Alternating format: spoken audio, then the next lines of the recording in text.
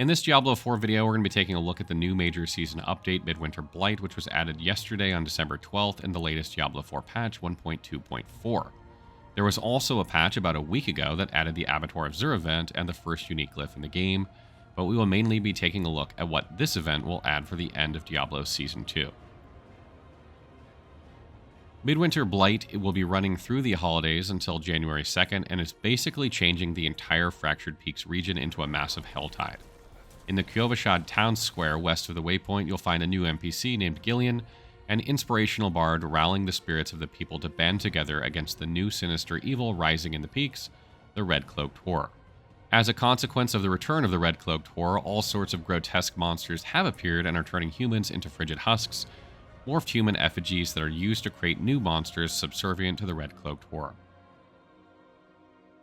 In the event, you'll need to acquire a lot of new seasonal currency called Midwinter Proofs to get a bunch of limited time rewards unique to this event.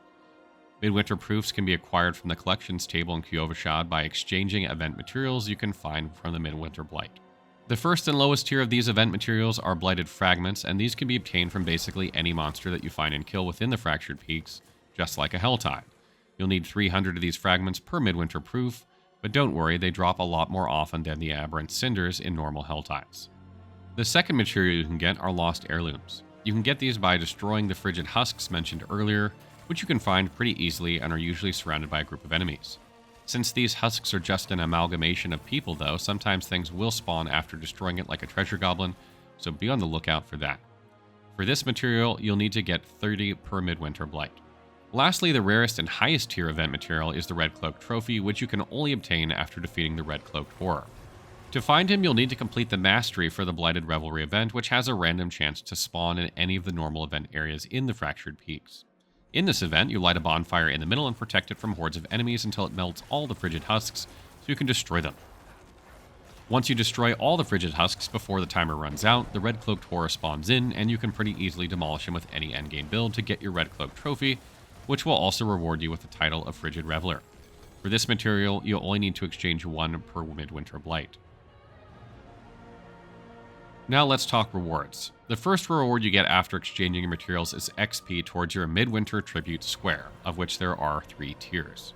Exchanging 300 Blighted Fragments will give you 10 XP, exchanging 30 Lost Heirlooms will give you 20 XP, and exchanging the Red Cloak Trophy will give 30 XP. The rewards for leveling up the square are a bit underwhelming, as you only get a measly 10 to 50,000 gold of pocket change and some legendary gear. However, once you get to tier 3, Midwinter Blight caches are added to the reward pool of Nightmare Dungeons, so you can farm Midwinter Proofs faster, and you also get a Midwinter Ward, which can be placed in Kyovashad to give a 20% damage buff against event enemies for 6 minutes. The other rewards you can get are from exchanging your Midwinter Proofs for limited time event rewards from Gillian, the NPC, in the Midwinter Square. In his shop, you can get a Festive Black Trophy for every class, a Mount Trophy, and Cosmetic for about half of the weapons in the game. The Cosmetics are the most expensive rewards and will cost you a total of 440 Midwinter Proofs if you want to get all of them. To put that into perspective, it took me about 15 minutes per 10 Midwinter Proofs with a level 86 build, so you could probably get all 440 in less than 10 hours with a level 100 build, and maybe a few hours faster if you were farming very efficiently. The event is running for a month, so don't worry if this rough time estimate seems a bit daunting, as you will have plenty of time to grind. The other reward you can get from Gillian are a Legendary Aspect, Midwinter Caches, and Gillian's Brew. The Legendary Aspect is actually brand new and will be limited to this event as far as we know, so it will be unique to the Season of Blood. As for what it does, it's actually a pretty nice offensive aspect, as you get 25 to 35% attack speed buff and a 20% move speed buff every 30 seconds for 12 seconds. So in a dungeon, you'd be walking around clearing it for 30 seconds without any buffs, then for 12 seconds you would get a movement speed and attack speed buff, and then it goes back to the 30-second timer and repeats from there. There's also another effect that only ties to this event, where killing enemies while empowered by the Midwinter Ward that you got from the Tier 3 Midwinter Tribute will reduce that 30-second cooldown by 1 second. All in all, a decent aspect and quite cheap as well, as it only costs 10 Midwinter Tributes, making it easy to stock up on and farm. Moving on to the Midwinter Caches, there are 2 variants you can buy for 1 Midwinter Proof or 8 Midwinter Proof.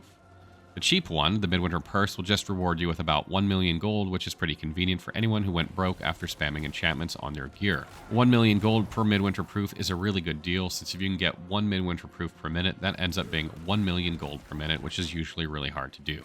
The other cache you can get is the Midwinter Spoils cache for 8 Midwinter proofs, which gives you some random armor, gem fragments, and a chance of getting Gillian's Brew. This is also a decent cache, but I would recommend getting the other limited items from Gillian's shop first before farming just these caches. Lastly, the new elixir Gillian's Brew. The elixir is brand new and also limited to this event, just like the legendary aspect, so it will be unique to the Season of Blood. This elixir will increase your maximum life and lucky hit chance by 15% and your experience gained by 15%. The increase to lucky hit chance is amazing by itself. As for lucky hit builds like the Ball Lightning Sorcerer, that kind of bonus is absolutely ridiculous. On top of that, you even get a 15% experience gain bonus as opposed to the usual 5% from all other elixirs. It's a bit late into the season to start leveling any characters, but if you felt like you were behind the rest of the player base in XP like me, this is the perfect new event item for you to catch up to everyone else.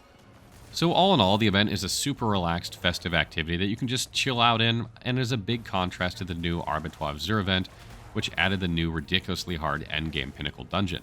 Some people just don't really want to do a Nightmare Dungeon Plus and min-max builds to go past tier 100 Nightmare Dungeons just to level the new unique glyph. Not many players would be able to complete that, so we get this much more chill, no pun intended, festive event for all the casuals who are just looking to quickly massacre some demons. So that wraps up our video on the new Midwinter Blight event and its new update. Blizzard seems to be on top of the patches this season, was a contrast to Season 1, adding stuff like training dummies, malignant rings, Abattoir of Zir, and now this festival event. But I would love to hear from you guys. Have you guys checked out Season 2? Are you looking forward to this event if you haven't tried it out already? Are you liking the direction that Diablo 4 is going or not? Let me know in the comments below.